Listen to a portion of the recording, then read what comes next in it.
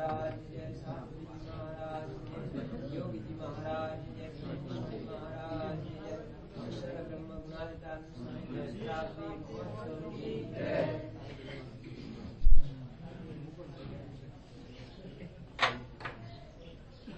स्वामीनारायण रे वचनामृत गणा मध्य प्रकरण विष्णु समाधि નિષ્ઠ ને જ્ઞાન શક્તિ ને ઇન્દ્રિયોની શક્તિ કેમ વૃદ્ધિ પામે છે તેનું સંવત 1878 ના પોષવદી 14 ને દિવસ સ્વામી શ્રી સહજાનંદજી મહારાજ શ્રી ગરડા મધ્યે દાદા ખાચરના દરબારમાં શ્રી વાસુદેવ નારાયણના મંદિરની આગળ વિરાજમાન હતા અને ધોળો કેસ પહેર્યો હતો ને ધોળો ચોફાળ ઓઢીને તે ઉપર સિંહની રજાઈ ઓઢી હતી ને મસ્તક ઉપર શ્વેત પાગ બાંધી હતી ને પોતાના અંકર વિંદની આગળ સુની તથા દેશ દેશના હરિભક્તની સભા ભરાઈને બેઠી હતી અને પરમહંસ તાલ મૃદંગ વજાડીને કીર્તન બોલતા હતા. પછી શ્રીજી મહારાજ પરમહંસ પ્રત્યે બોલ્યા છે, આજ તો અમારા ઉતારામાં અમારી પાસે રહેનારા જે સોમલો ખાચર આદિ હરિભક્ત તેમને અમે એક પ્રશ્ન પૂછ્યો છે તેનો સર્વે પરમહંસ મળીને ઉત્તર કરો. પછી પરમહંસે કહ્યું છે, હે મહારાજ એ પ્રશ્ન અમને સંભળાવો. પછી શ્રીજી મહારાજ બોલ્યા, જે સમાધિ નિષ્ઠ પુરુષ થાય છે તેને તો માયા થકી પર સ્થિતિ થાય છે અને ભગવાનના સ્વરૂપનો પણ દ્રઢ સંબંધ રહે છે. માટે સમાધિ નિષ્ઠને જ્ઞાન શક્તિ તથા દેહ ઇન્દ્રિયોની શક્તિ તે વૃદ્ધિ પામી જોઈએ. શા માટે? જે માયા થકી જે 24 તત્વ થયા છે તે જળ ચૈતન્ય રૂપ છે, પણ એકલા જળ ન કહેવાય, તેમ એકલા ચૈતન્ય પણ ન કહેવાય, અને તે તત્વમાં શક્તિ પણ સરખી ન કહેવાય. ને ઇન્દ્રિયો થકી અંતઃકરણમાં જાણપણું વિશેષ છે, ને અંતઃકરણ થકી ઇન્દ્રિયો અંતઃકરણનો દ્રષ્ટા જે જીવ તેમાં જ્ઞાન વિશેષ છે. ને તે જીવને જ્યારે સમાધિ થાય છે ત્યારે ઇન્દ્રિયો અંતઃકરણના દ્રષ્ટાપણાનો ત્યાગ કરીને માયા પર જે બ્રહ્મ તે સરખો એ જીવ ચૈતન્યમય થાય છે અને ભગવાનના સ્વરૂપનો સંબંધ રહે છે. તે સમાધિવાળાને કેટલાક એમ સમજે છે જેને સમાધિ થાય છે તેને તો મોરે સમજણ હતી તેટલી પણ રહેતી નથી. સમાધિનું આવ્યો, સમાધિ વાળાને જ્ઞાન વર્ધિત પામે છે કે નથી પામતું, આવો પ્રશ્ન આવ્યો.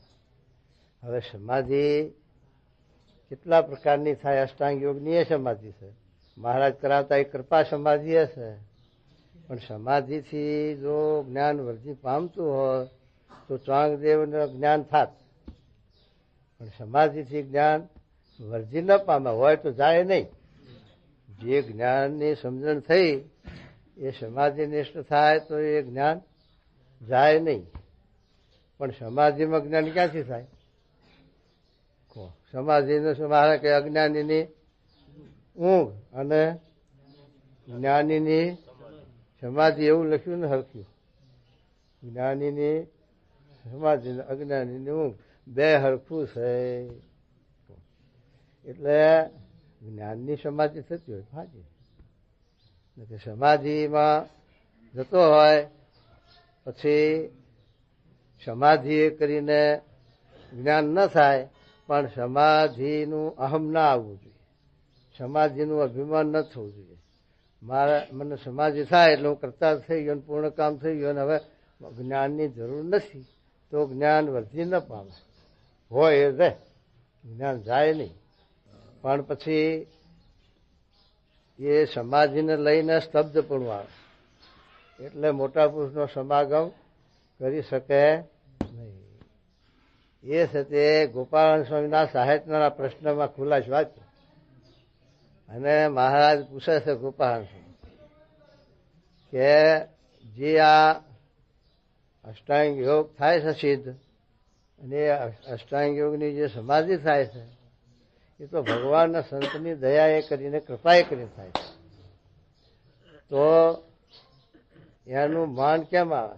અને એ સમાધિ પ્રધાન થઈ જાય છે અને ભગવાનના સંત ગૌણ કેમ પડી જાય? તો એ માન, તો મારે કે માન સમાધિ વાળાને અષ્ટાંગ યોગ સિદ્ધ થાય એને માન સંભવે નહીં.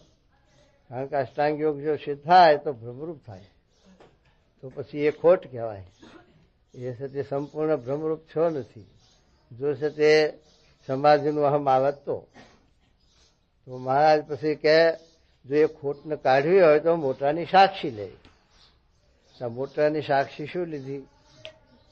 કે સુખદેવજીની સાક્ષ મહારાજે આપી કે સુખદેવજી બ્રહ્મનિષ્ઠ હતા, સ્વસિદ્ધ મુક્ત હતા અને ઝાડ પાનમાં પ્રવેશ કરવા સમર્થ હતા. એમની બધે ગતિ હતી, કારણ કે તે જન્મસિદ્ધ યોગી હતા. તો એવા સુખદેવજી એ પણ સમાધિનિષ્ઠ હતા, અષ્ટાંગ યોગ સિદ્ધ તો બધું એ સર્વ એમની ગતિ હતી, ઝાડ પાનમાં પ્રવેશ કરવાની કોઈના દેહમાં. છતાં પણ ભગવાન અને ભગવાનના જે ભક્ત એના વિશે નિર્મલીપણું રાખી ભગવાનના ભક્તના ગુણ ગાતા હવા. તદ્વે ભગવાનના ભક્તના ગુણ ગાયા એ જ્ઞાન. આ દુનિયામાં જ્ઞાન અનંત પ્રકારનું. આ બધું વ્યવહારિક જ્ઞાન છે. વ્યવહારિક જ્ઞાન થોડું છે કઈ?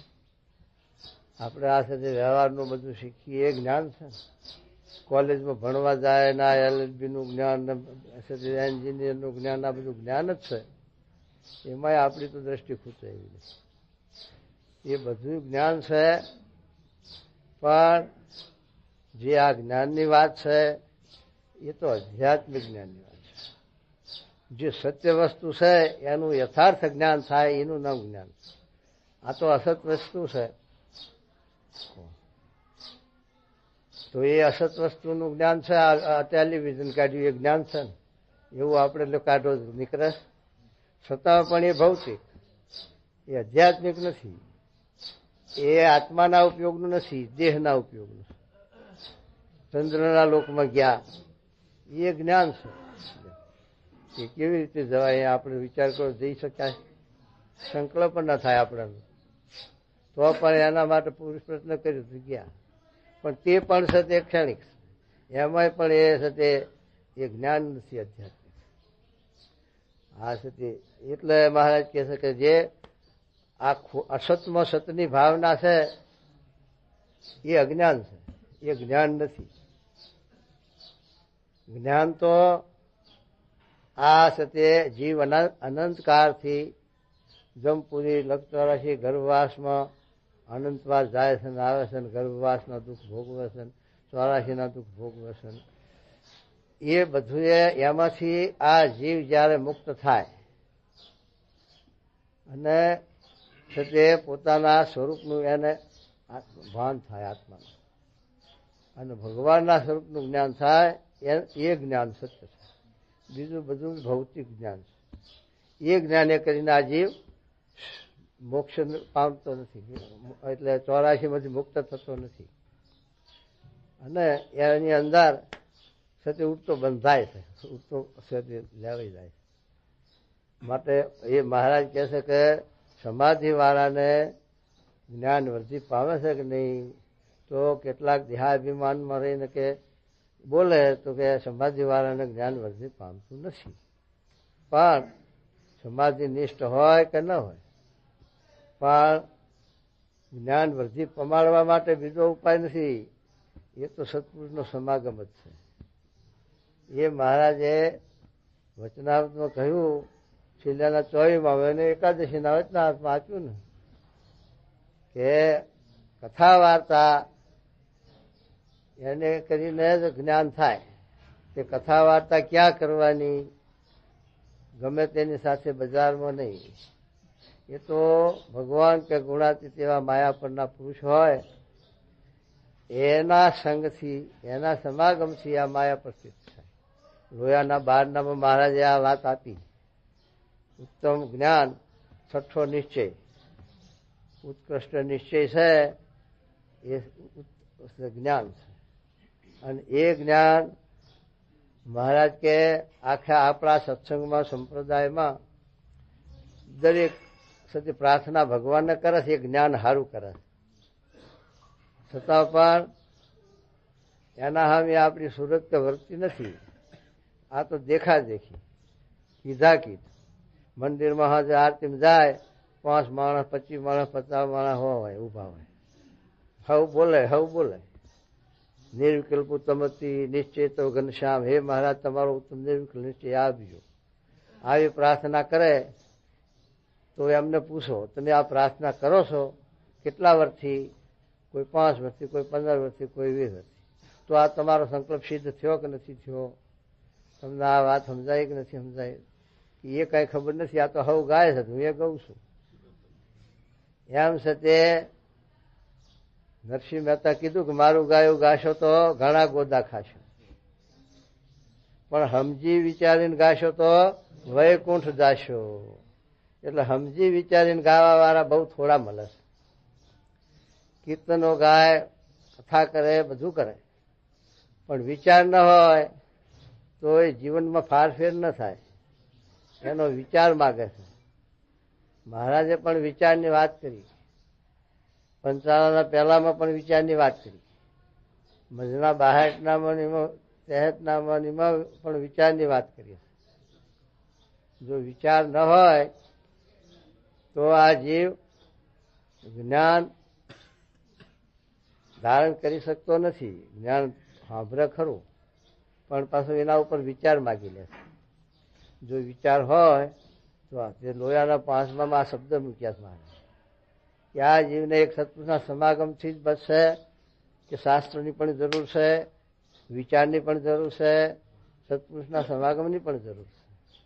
તો એ 3 પાસેથી શું યુક્તિ શીખવી? આવો શબ્દ છે. તો પહેલે શાસ્ત્રની અપેક્ષા બતાવી કે શાસ્ત્રમાં ભગવાનના સત્પુરુષના લક્ષણો ગુણ બધું લખ્યું છે એનું. એટલે શાસ્ત્રી કરીને જે નિશ્ચય થાય, સારંગપુરનું 13નું વચનામૃત શાસ્ત્રી કરીને નિશ્ચય થાય, એ નિશ્ચય સાચો. બીજો નિશ્ચય લખ્યો છેલ્લાના 27માં કે નિર્લોભ, નિર્સ્વાદ, નિર્માણ, નિર્સ્નેહ, નિષ્કામ 5 વર્તમાને યુક્ત જે સંત હોય એને ભગવાનનો સાક્ષાત સંબંધ છે. બધાને સંબંધ તો છે, પણ પૂર્ણ સંબંધ નથી, અધૂરો સંબંધ છે. અને જેનામાં કલ્યાણકારી ગુણો છે એને સંબંધ પૂર્ણ છે ભગવાનનો. તો એવા પૂર્ણ સંબંધ વાળા પુરુષ મળે અને એના થકી જે છે તે આપણને નિશ્ચય થાય, એનું નામ મહારાજ કે નિશ્ચય કહેવાય. પણ આપણે તો આપણા મનને ધારે નિશ્ચય કર્યા, કોઈના સમાગમથી કે કોઈના વચને કરીને આવો નિર્ણય નથી કર્યો. એટલે પછી આપણા નિશ્ચયનો ઠાર રહેતો નથી. ગમે તેના સંગે, ગમે ત્યાં, ગમે તે શાસ્ત્રથી આપણા નિશ્ચયમાં ફારફેર થઈ જાય. જો આ મહારાજ કહે છે એ પ્રમાણે જો આપણે તે નિશ્ચય કર્યો હોય તો એ નિશ્ચય ફરે નહીં, એ નિશ્ચય જાય નહીં. પછી જેમ મારે કે લીમડો નાંબો જાંબો, આંબાનો નિશ્ચય કર્યો, લીમડાનો નિશ્ચય કર્યો, પછી કોઈ તરવાર ઉઘાડી કરી અને આપણું માથું કાપવા તૈયાર થાય કે આ લીમડો છે પણ આંબો કે, તો આપણે આંબાનો લીમડો ન કહીએ, અને કહીએ તો પેલાની તરવારની ભયે કરીને. પણ અંતરમાં તો ના જ પાડે. અંતરમાં તો એમ થાય કે આ છે આ આંબો ને લીમડો કેમ કહેવડાવે છે, પણ હશે તો એના ભયે કરીને બોલી જાય, પણ મનમાં ના ફેરફાર થાય. એમ આવો જે પર્વત પરાયણ નિશ્ચય થવો એ છે તે આ જ્ઞાનની વાત છે. તો તદાત્મકુણ આવે એવું મધનું 14મું વચનામૃત લખ્યું છે. માટે મહારાજ કહે છે કે આપણે હવે પ્રાર્થના કરીએ મહારાજને નિર્વિકલ્પ નિશ્ચિત ઘનશ્યામ, પણ એના ઉપર કોઈની શાખા સંપ્રદાયમાં હોય તો પૂછજો કે આનું શું નામ છે, આ શું વાત કહેવા માંગે છે. તો મહારાજ કે શ્રીજી મહારાજ પોતે બોલ્યા કે અમે અયોધ્યામાં રહેતા હતા, અને અયોધ્યામાં નાના હતા 7-8 વર્ષના, ત્યારે એક શિવનું મંદિર છે, એની અંદર બપોરે આરામ કરતા હતા જઈને હુતા, કારણ કે ત્યાં ઠંડક રહે અને આંબલિયાનો ઝાડ છે ને એવું બધું, એટલે ત્યાં આરામ ભારો મળે. તે મહારાજ ત્યાં જાય અને હુએ. પણ પછી એક શંકરના ભગત હતા કાયથ. એ કાયથ રોજ કે મહારાજ કે દર્શન કરવા આવે શિવજીના. શિવજીના દર્શન કરીને પછી શિવજી પ્રસન્ન કેમ થાય ખબર છે? ગાલ વગાડે, બે કરે બકરું. કારણ કે શિવજીના હારા દક્ષિણનું મોઢું બકરાનું થયું તેમ. એટલે શિવજીને રાજી કરવા હોય તો દક્ષિણના તારા પાડવા, એટલે શિવજી રાજી થાય. એટલે પેલો કાયસ આવીને ગાલ વગાડી અને શિવજી પાસે પ્રાર્થના કરે, હે મહારાજ, હે શંકર ભગવાન, આ મનુષ્ય દેહમાં તો તાંબુ ખાઈ ખાઈને મરી ગયા તોય વિષયનું સુખ આવ્યું નહીં, માટે લંબકરનો અવતાર આપજો, આવો માગે. હવે એ વચનામાં છેલ્લાના 14માં શબ્દ છે. પછી એક એવું નાનું ગામડું, એવા ભોળા બાળા હરિભક્ત કે જેને આ દુનિયાનું કાંઈ જ્ઞાન નહીં વ્યવહારી, બીજું કશું ભોળ પણ બહુ. પછી રોજ મહારાજની મૂર્તિ આગળ આવે, મહારાજને આગળ પ્રાર્થના કરે, હે મહારાજ, હે શ્રીજી મહારાજ, મને લંબકરણનો અવતાર આલજો અને તારું ભલું થાય. તે બીજા હરિભક્ત સાંભળી ગયા કે ભગત આ શું તમે માગો છો? પણ કે ચમ આ વચનાવતમાં માગવાનું કયું છે? અને વચનાવતમાં માગ્યું છે કે લંબકરણનો અવતાર આપજો, તો કંઈક સારું હોય છે ને, કંઈક મોટી પદવી છે એટલે માગણી કરી હતી, હું એ માગું છું. સાજુ હરિભક્તને બિચારા ખબર નથી કે આ શું વચનાવતમાં માગે છે, વચનાવતનો શું સિદ્ધાંત અભિપ્રાય છે, એની એ વાત જાણતા નથી. અને પેલો કાયસ માગે છે, માયમ માગે, મહારાજ આગળ, પેલા શંકર આગળ માગતા હતા, આમાં કાયસ.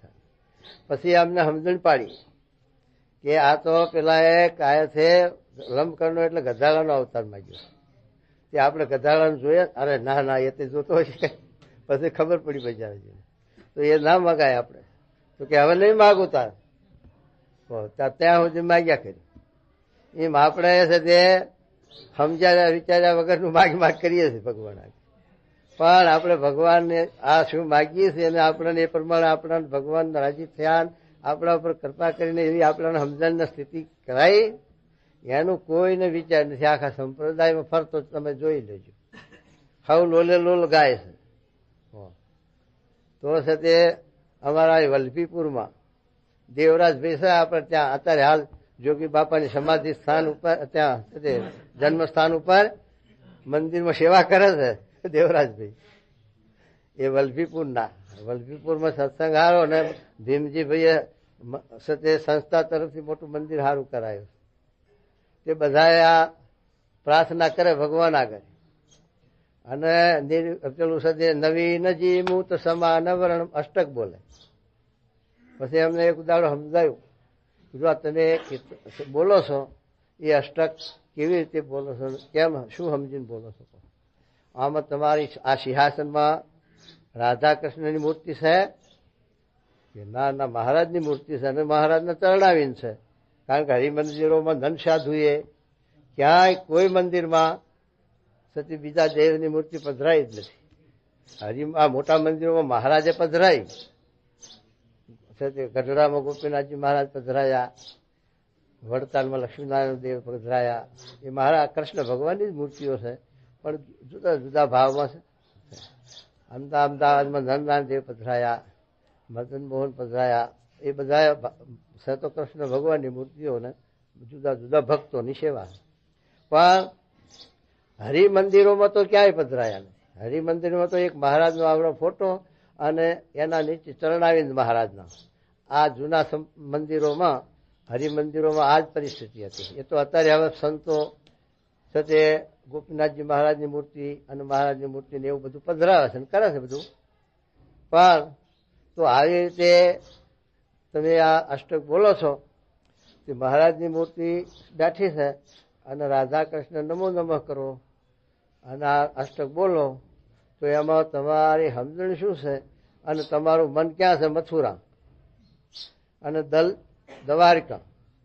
મથુરામાં દ્વારકામાં, અને હૈડામાં સારંગરામ, અને હાલો ગોદાવરીની ચારામાંથી એકાનો હોધો બતાવો, સમજો શું આ સમજીને શી રીતે તમે આ બોલો છો, વાંચો છો, વિચારો છો? કોઈ તમે સદગુરુને પૂછ્યું, ખુલાસો લીધો, સમજણ કરી કે મારું આ તો કાંઈ પછી એને અનંત કોટી ઇન્દુ રવિ પ્રકાશ એ અષ્ટક શીખવાડ્યું, ઉતારી આવ્યું અને એ સમજાયું.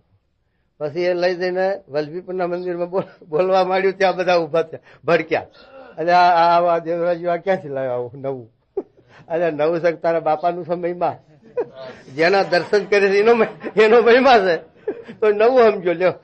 આવી સમજણીઓ હાલી આવે, આવી અબુધ દ્રષ્ટિ છે જીવની.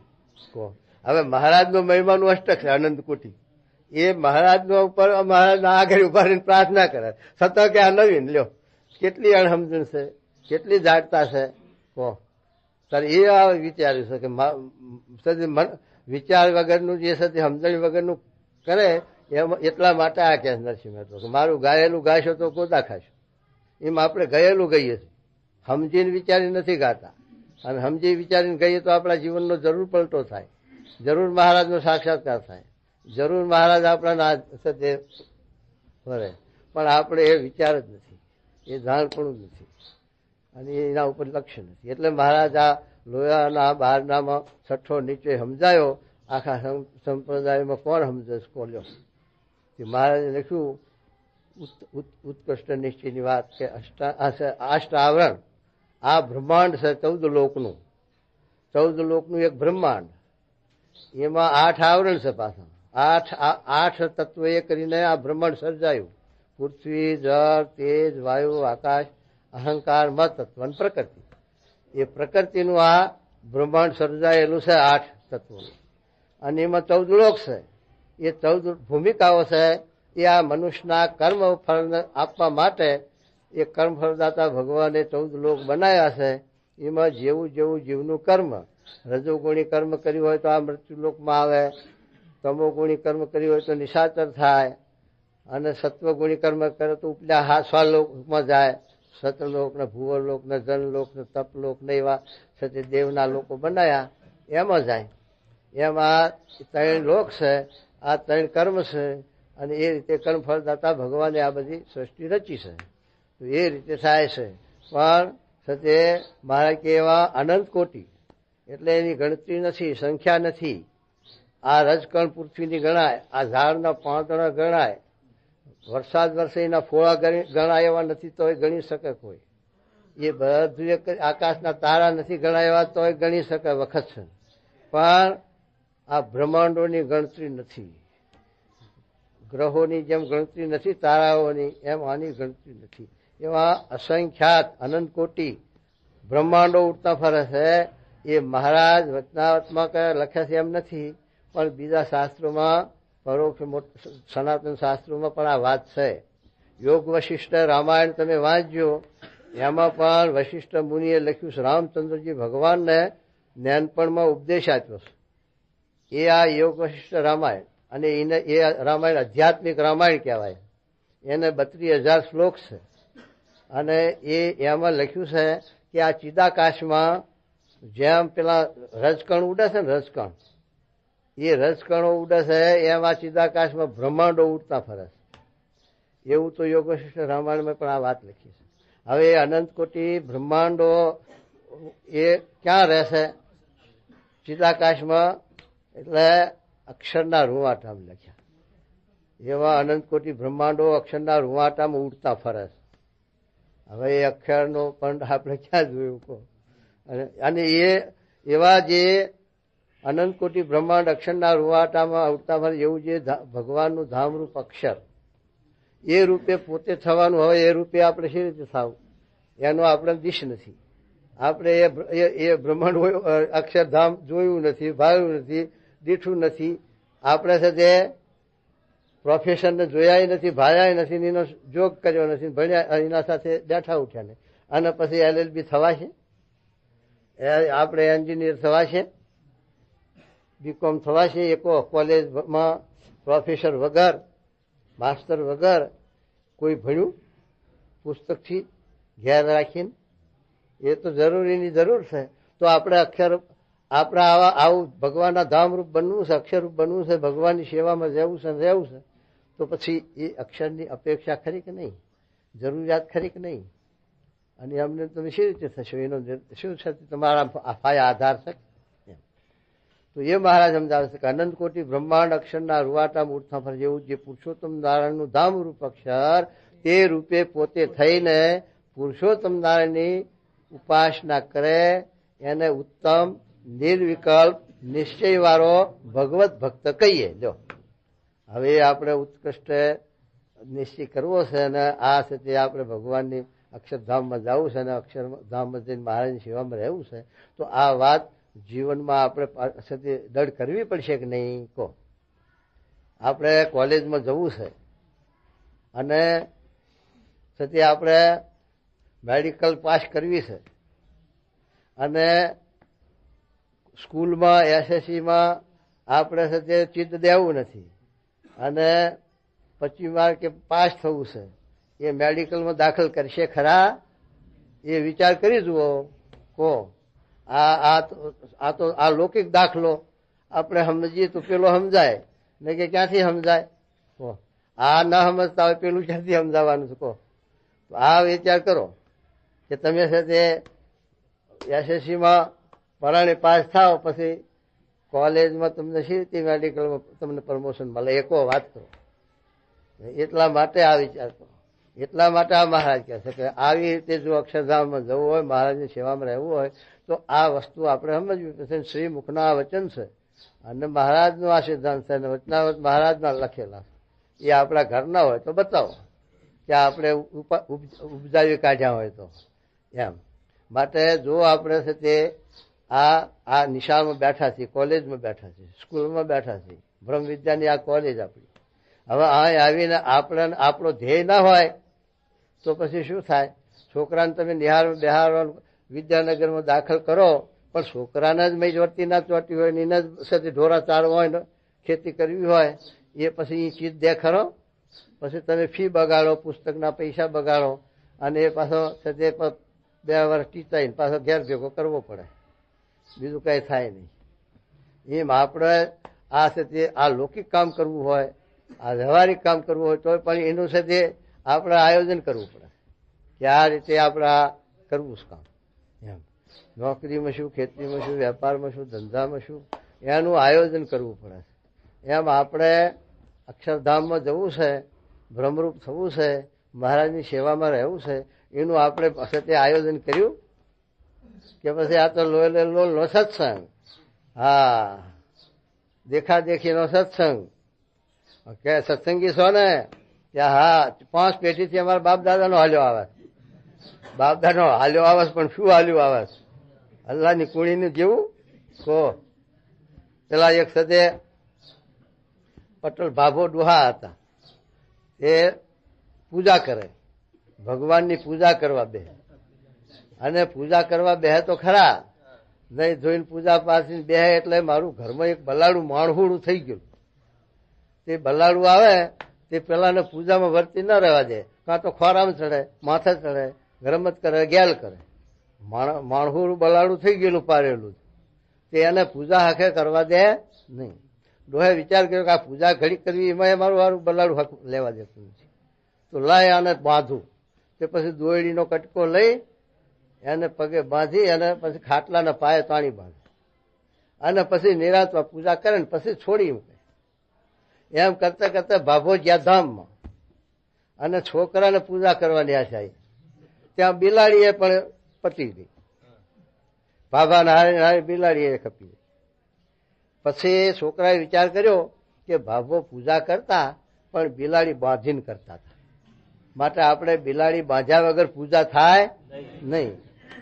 એટલે ઘરમાં બિલાડી ના હોય તો ગામમાં ગોતવા જાય, કોકના ઘેરથી બિલાડી ગોતી લાવીને બાંધે પાયે અને પછી પૂજા કરવા દે. પછી જો કોક દાડો બિલાડી ન હાથે આવે તો પૂજા પણ કરે. કેમ પૂજા કરતા નથી? કે બિલાડી બાંધ્યા વગર પૂજા થાય નહીં. મારા બાપ દાદાનો રિવાજ છે, પણ તારો બાપ દાદો શાહારું બાંધતો હતો ને શાહારું કરતો હતો, એ વિચાર કર્યો? કહો કે આ તો દેખાદેખી કર્યું? કહો તારી જોઈ છે એમ આ દેખાદેખી છે. દેખા દેખી જે કરવા જાય તે નર અધૂરિયા કહેવાય. કહો દેખા દેખી ન કરવું, વિચારવું કરવું. દેખા દેખી કરવા જાય તો ફસાઈ પડે. એમ પેલા દેખા દેખી કરવા ગયો. વૈદ હતા વૈદ. તે વૈદ ને પેલા સાથે ઊંટ ને ગાવ હુંકડું પેલું કારંગડું આવે, કારંગડું, એ કારંગડાનું ગળે રહી ગયું ઊંટના ગળામાં. તે પછી મારું મય ઉતરે ને બહાર જાય. પેલા સાથે વૈદને બોલાયા. વૈદ્ય જોયું કાકા ગાવ હુંકડું અહીં રહ્યું છે કારંગડું, તે જરાક ઠકી છે એટલે અંદર જતું રહે, કાકા બહાર નીકળી જાય. એમ કરીને પેલા આમ પાટું મારી અને કારંગડું કાઢી નાખ્યું ને નીકળી ગયું. પછી એક ડોશીને રતવા થયેલો, તે એને ઘરે રતવાનું ગુમડું થયેલું. પછી વૈદને બોલાયા તો વૈદ જેલા 12 ગામ, પણ પેલો એનો દીકરો હતો. પછી એને એ આવ્યો કે હાલો હું જોઉં જરા કેવું છે, હું ભમ્યો છું કહેવાય, હું આ મારા સાથે જોડી મામાને જોડી શીખું છું.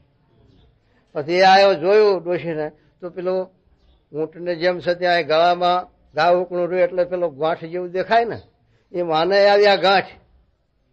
પછી કહો આ તો દરજ મારું જાણીતું છે ને મારા આ ઊંટને મારા મામાએ છે તે મટાડી દીધું હતું, ત્યાં હું એ ડોશીને મટાડી દઉં કે એમ કરીને ડોશીને મારી પાટું. તે રતવાના ગુમડા પર પાટું મારી ડોશી જીવતી છે બિચારી મરી ગઈ. તો જો તે ડોશી મરી ગઈ તો પેલાને પકડ્યો કે આ ત્યાં ડોશી મારી નાખી, ચાલ હાલ જેલમાં, કેસ તારા ઉપર કરવાનો. અરે પૈસા પણ એ તો હવે હું શું કરું મરી ગઈ. પણ કહેવાનું શું છે આ કે આ દેખા દેખીની વાત, અનુભવ વગરની વાત, વિચાર્યા વગરની વાત, આવી રીતે હવ સાથે ગોથા ખાય.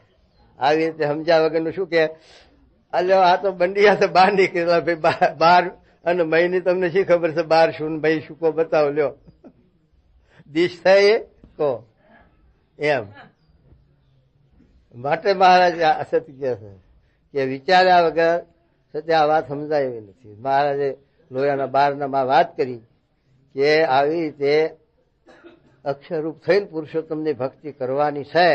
તો અક્ષરરૂપ થવા માટે તો મહારાજે આ અક્ષરરૂપ થવાની વાત કરી ત્યારે મહારાજ પાસે 500 પરમહંસ હતા. એ અક્ષરરૂપ હતા કે નહીં અને અક્ષરરૂપ કેટલા હતા ને કેટલા નતા એવું કોઈ પ્રમાણ મેળવ્યું, એવું જોયું કોઈ? એવા જોનારા તો એક નીકળ્યા. હો કોણ? વિજ્ઞાન સ્વામી. કેટલા મુમુક્ષુ? આવા મુમુક્ષુ સયા સત્સંગમાં કોઈ જોઈ લો. કેમ તો કે ગોરધન કોઠારીના ભત્રીજા ગિરધરલાલ અને વાણિયા પાછા હવા બુદ્ધિવાળા પાછા ભૂલા ન પડે. અને આ વિજ્ઞાન સ્વામી ગિરધરભાઈ એમણે વિચાર કર્યો વડતાલમાં. ગોરધન કોઠારી વડતાલના મોટા જબરા કોઠારી 3 આચાર્ય એમના હાથ નીચે બદલાઈ ગયા. અને વળી એમની સાધુતા એવી કે વડતાલમાં એટલા સાધુ પણ એમના આગળ વાંકવા લે ને પગે લાગે એવું એમનું વર્તન પાછું. એમના ભત્રીજા સત્સંગમાં વિચાર કર્યો કે આ વચનાવતના આ શાસ્ત્ર લખ્યું કે એકાંતિક થકી જ એકાંતિક થવાય, એકાંતિકનો જન્મ એકાંતિક થકી જ પમાય. તો પછી અત્યારે આ સત્સંગમાં એકાંતિક પુરુષ હશે કે નહીં હોય? તો ગોતવા નીકળ્યા. એકાંતિક પુરુષ શું કે એક ભગવાન વિના બીજું જીવમાં નહીં, હું આત્મા છું, અક્ષર છું, બ્રહ્મ છું, અને મારા આત્માના વિશે બ્રહ્મને વિશે પરબ્રહ્મ અખંડ બિરાજમાન. આવી જ સમજણ, તે સિવાય બીજું પ્રકૃતિના કાર્ય ક્યાંય મોહ નહીં, આસક્તિ નહીં, વર્તી નહીં, ચોટી. આવી રીતના જે એકાંતિક પુરુષ. પ્રથમના 11 નામ લખ્યું કે એકાંતિક કોને કહેવાય? એક ભગવાન વિના બીજી કોઈ પણ વાસના નહીં, બીજા પ્રકૃતિના કાર્યમાં ક્યાંય આસક્તિ મોહ કે નહીં, એ એકાંતિક. તો આવા પુરુષ હશે કે નહીં હોય? તો એ ગોતવા માટે સત્સંગમાં નીકળ્યા. તો એ વખતે તો 10-20 સંતો મહારાજના મળેલા નંદ સાધુમાંના પણ હતા, વિજ્ઞાનાનંદ સ્વામી ને એવા. એ બધા સત્સંગમાં ફરીને જોયું પણ એમને ક્યાંય સંતોષ ન થયો. અને ક્યાંય એકાંતિક પુરુષ સંપૂર્ણ આવા ભગવાનના ધારક ગુણાતીત પુરુષ છે એવો પ્રતીતિ નહીં. એ ફરતા ફરતા વડતાલમાં ભગતજી મહારાજ એની પાસે આવ્યા. આ ભગતજી મહારાજ અને પછી એમની પાસે બેઠા. પછી વાતચીત ચાલે ત્યાં ગોરધન કોઠારી નીકળ્યા. પછી ગોરધન કોઠારી શું કહે છે કે ભગતજી, રાગજી ભગત, તમે બધા બાબુલાને સમજાવો છો, પણ આ મારા ભત્રીજાને સમજાવો તો સાચું કે. તો ભગતજી મહારાજ કે જો તમે ઠપકો ના દો ને વધો ને તો સમજાવી દઈશ. કે ના, નહીં વઢું, સમજાવો. તે આ ગોરધન ભાઈ મહારાજે ગિરધરભાઈને વાતું ભગતજી મહારાજે કરી અને સમજાવી અને એમને સાથે પ્રતીતિ આવી કે અત્યારે આ સાથે સત્સંગમાં ભગતજી મહારાજ જેવા એકાંતિક પુરુષ નથી કોઈ. તો એમનો સમાગમ કરી અને સાથે આ સાધુ થઈ ગયા. અને એ સાથે ભગતજી મહારાજને રાજી કરી અને આ એકાંતિક ધર્મ સિદ્ધ કર્યો અને છેલ્લો જન્મ કરી લીધો. આ વિજ્ઞાન દાસ, એ વિજ્ઞાન દાસ પણ શાસ્ત્રી મહારાજને પણ ભગતજી મહારાજની વાતો કરતા. અને ભગતજી મહારાજનો સમાગમ શાસ્ત્રી મહારાજે કર્યો. ત્યારે આપણે વિચાર કર્યો કે શાસ્ત્રી મહારાજ કેવા બુદ્ધિવાળા હતા, છતાં પણ સતી ભગવાન લુગડા, ભાગવતના ભણેલા, વિજ્ઞાનાનંદ સ્વામીના મંડળના એમના શિષ્ય અને વડતાલમાં સત્ય મંડળધારી, છતાં પણ વર્ણ આશ્રમનું તંતિ કેટલી આડી આવે. આપણે આ અમારા ભગવાન લુગડા છે, કોઈ એકાંતિક પુરુષા દ્વારા લુગડા હોય તો આમ હાથ જોડાશે? વિચાર પડશે, નહીં જોડાય. પણ વર્ણ આશ્રમ તણી આડ મહાવિકટ છે, તે પાધરી વાત તે કેમ પ્રીસે. વર્ણ અને આશ્રમની વાત બહુ વિકટ છે, એને પાધરી સીધી વાત હાથ આવે નહીં. જો છે તે મીરાબાઈ, રાજની રાણી, ક્ષત્રિયની જાત, ઓઝલવાળા, મર્યાદી, છતાં પણ એમના ગુરુ નાગર બ્રાહ્મણ ખરા ને જુનાગઢના, કોણ હતું? રોહિદાસ. કોણ હતા? સમાજની યોનીમાં.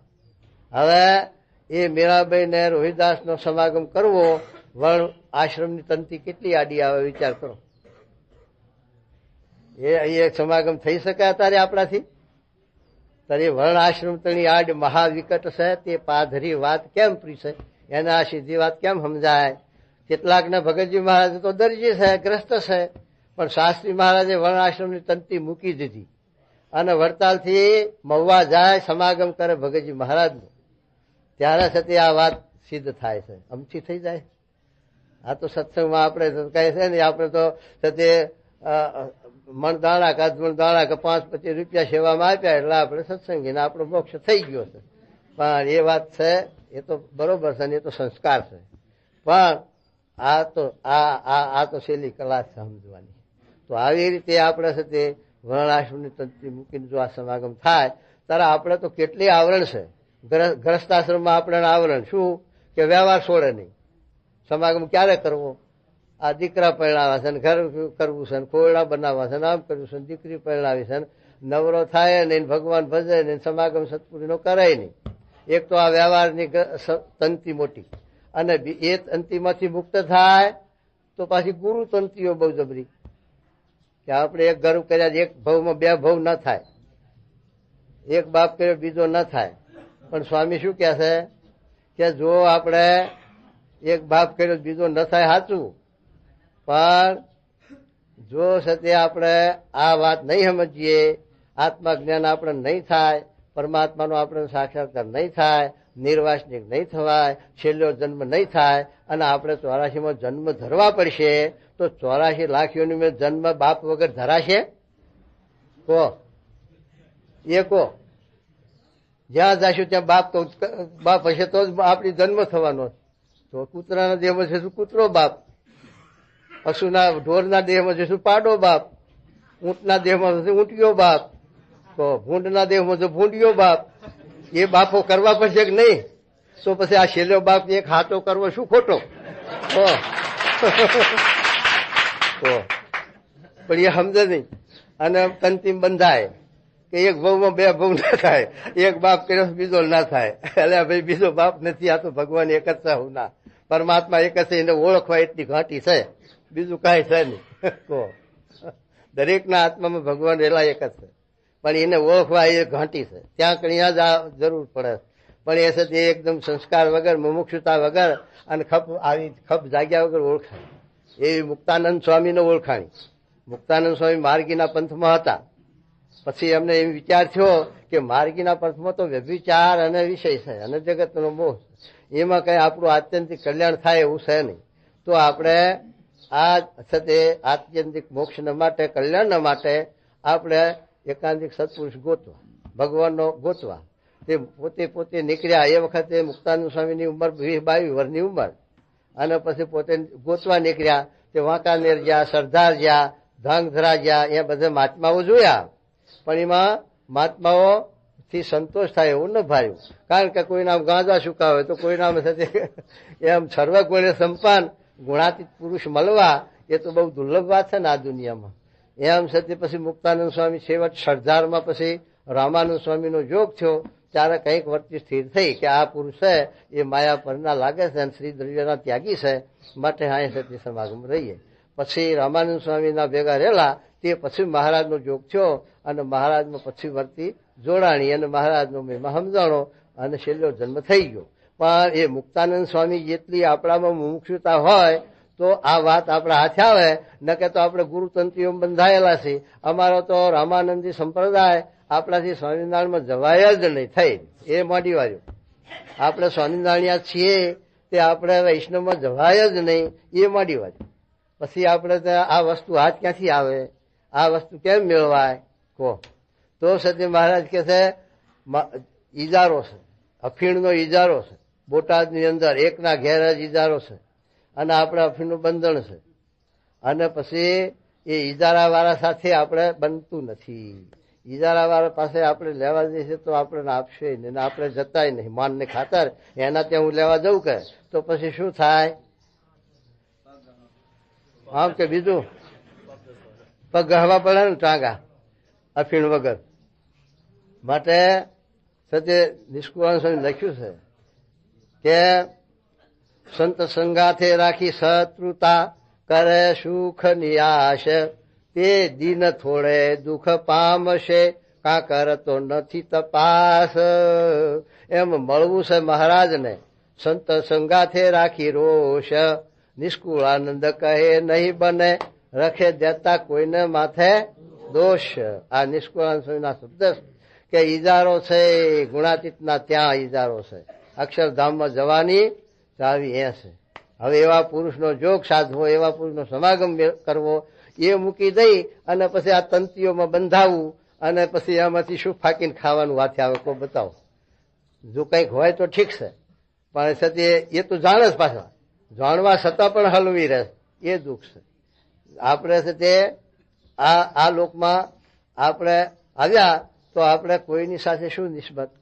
તમે અહીં આવ્યા તો તમારે સાથે શું, અમારા સાથે તમારી નિસ્બત? તમે સ્વતંત્ર છો તો તમે તમારું થતી કઈ કાર્ય સરતું હોય અને તમે આ બંધાવ તો બરોબર છે, પણ કાર્ય ન સરતું હોય પછી મોહબ્બતની લઈને તમે બંધાવ તો પછી એમાં આત્માનું રૂડું શું થાય?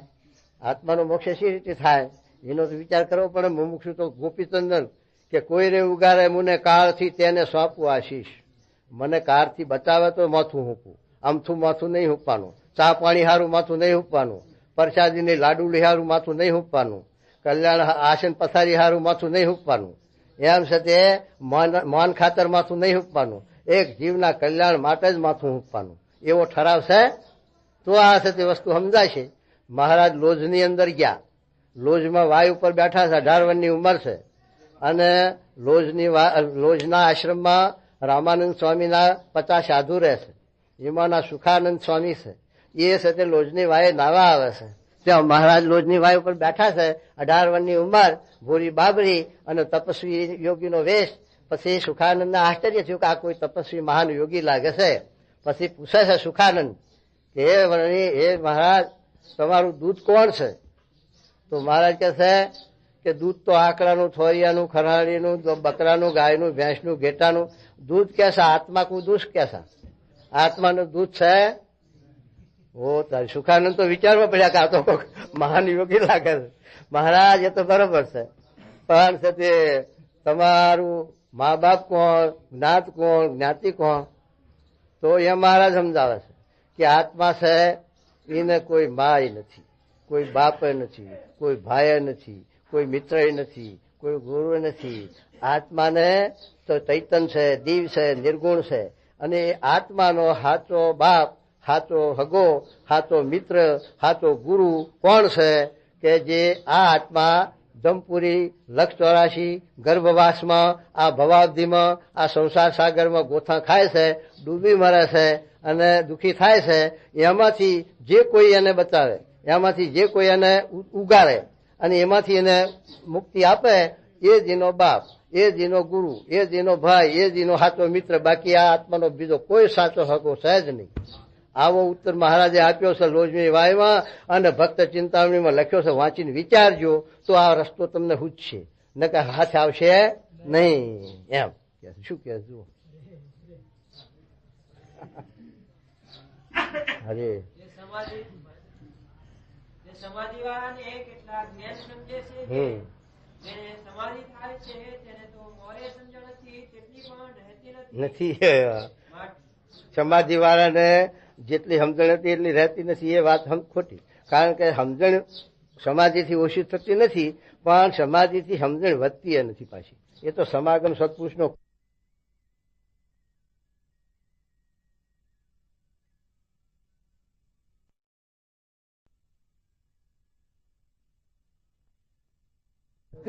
હોય. એ રહે ખરું, જાય નહીં, પણ વધે તો શી રીતે પામે સમાગમ ના. અરે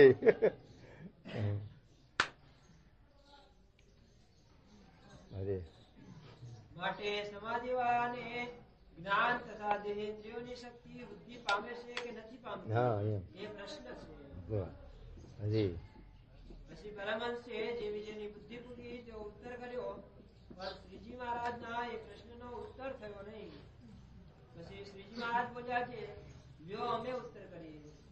એ પ્રશ્નનો તો એમ ઉત્તર છે જે સાક્ષી જે બ્રહ્મ, એ તો માયામાંથી ઉત્પન્ન થયું એવું જે તત્વાત્મક બ્રહ્માંડ, તેને વિશે પ્રવેશ કરીને તેને ચૈતન્યમય કરે છે અને તેને સર્વક્રિયા કરવાની સામર્થ્ય આપે છે. કોણ આપે છે? બ્રહ્મ. તો એ બ્રહ્મ આટલી શક્તિ આપે છે, તો એ બ્રહ્મનો સમાગમ કરે તો જ્ઞાન આપે અને જ્ઞાનવર્જી પામે.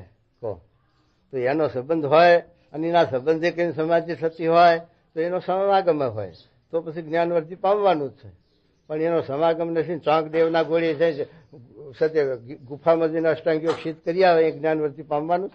અને પામ્યો તો ચાંકદેવનું જ્ઞાનવર્તી ના પામત, પણ કોરો ધાકો ના રહ્યો. પેલા જ્ઞાનેશ્વરે સમજાયો, એની બેને કીધું, જ્ઞાનેશ્વરની બેને કીધું કે આ ચાંકદેવ આટલું બધી સિદ્ધિ મેળવી છતાં પણ કોરો ધાકો રહ્યો ને. કહો તો એમ છે તે મોટા પુરુષના સમાગમ વિના તો ગમે તેટલા સાધન કરે, તપ કરે, તીર્થ કરે, વ્રત કરે, દાન કરે, યજ્ઞ કરે, યોગ સાધે, બધું કરે, પણ સતે કોરો ધાકો રહી જાય. હો આ ગુણાતીતના સમાગમ વિના. હવે અને તે બ્રહ્મનો એવો સ્વભાવ છે જે કાષ્ઠ તથા પાષાણ જેવું જળ હોય, જો તેને વિશે પ્રવેશ કરે ત્યારે તે ચાલે હાલે એવું થઈ જાય છે. વામનજી બ્રહ્મ હતા, તો એના ભાઈ લાકડી એનો જેડીઓ રાખતા ડોગડી, તે એને વધારી. તે વામનજી આ બ્રહ્માંડ ભેદ્યું તો લાકડીએ ભેગી બ્રહ્માંડ ભેદ્યું.